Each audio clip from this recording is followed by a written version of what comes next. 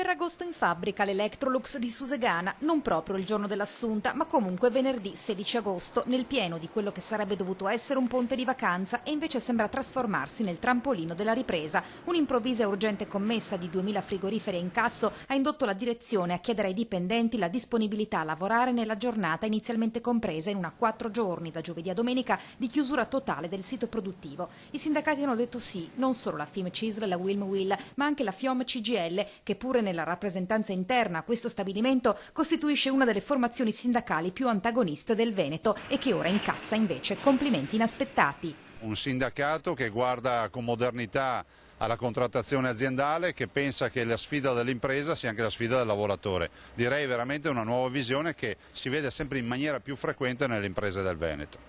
Evidentemente non è più tempo per certi tabù, tanto più in aziende come questa, che ad aprile era ricorsa ai contratti di solidarietà, salvo poi sospenderli a giugno per far fronte a ordinativi crescenti, ragione che fra luglio e agosto sta comportando pure 6 sabati di straordinario. Contenti?